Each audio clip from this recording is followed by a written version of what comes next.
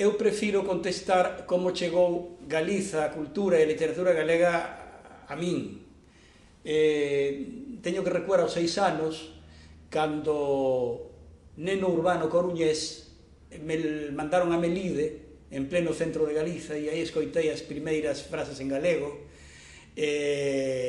Unha tía boa miña, tía de miña mai, que era a famosa Juana Teresa Juega, que foi protagonista dos sucesos tráxicos de Riazor en 1908, cando o mozo a tiroteou porque ela ia publicar un libro. Bueno, pois esta tía boa, que xa daquela tiña uns 68, 70 anos, deprendeume un villancico de Cabanillas, que eu penso até hoxe que o dicía sin non entender moi ben, porque era en galego e eu non sabía galego.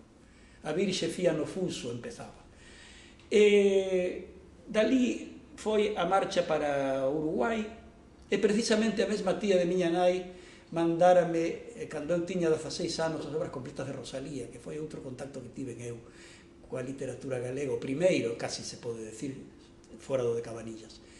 Digamos que aí me fun familiarizando un pouco, pero había outras circunstancias. Eu estaba vivendo en Tacuarembó, que é unha vila que está a 100 kilómetros da fronteira do Brasil. Entón aí falase, sobre todo no medio rural, o portuñol. Entón había unha grande aí relación entre o galego sin sabelo, non? E o portugués.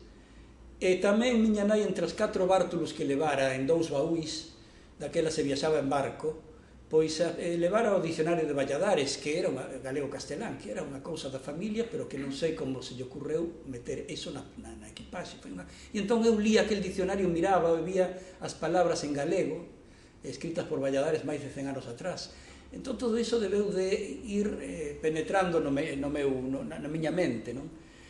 Xa de volta na terra, con 19, 20 anos, pois eu sempre digo que viña buscando a Coruña, porque na casa se falaba da Coruña, non se falaba de Galiza, non? Galiza era unha abstracción, pero fun pouco a pouco descubrindo Galiza.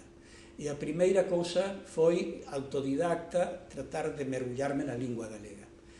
Curiosamente, é unha anécdota moi interesante, eu tiven que facer o servicio militar no campamento de Cáceres, e cadrei con 150 mozos da provincia da Coruña, da letra M, porque nos xuntaban por alfabéticamente, Monteiro, etc.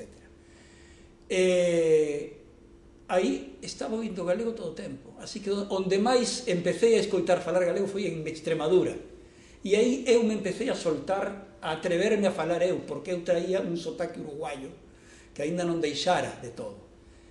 Atrevinme a falar, rompín ese xeo que hai que romper ás veces para arrincar, non? Entón, pódese decir que aí está a orixe do meu contacto coa lingua galega, sobre todo coa lingua, algo coa literatura.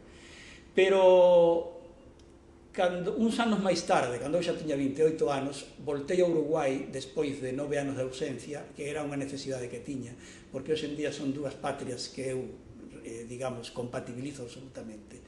E aí no Uruguai contactei tamén fora de Galiza, curiosamente, con un grupo cultural e político galeguista, que hoxe aínda está vixente, que é o Patronato da Cultura Galega, que é a única asociación estrictamente cultural do Uruguai, galega.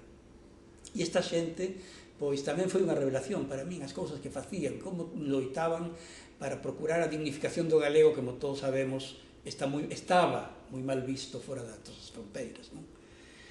Todo iso, eles puxeronme en contacto con o Facho. Entón, cando voltei a Coruña, empecé a frecuentar o Facho. E de aí en diante foron 40 anos de dedicación esporádica e non moi importante, pero de dedicación continua á cultura galega.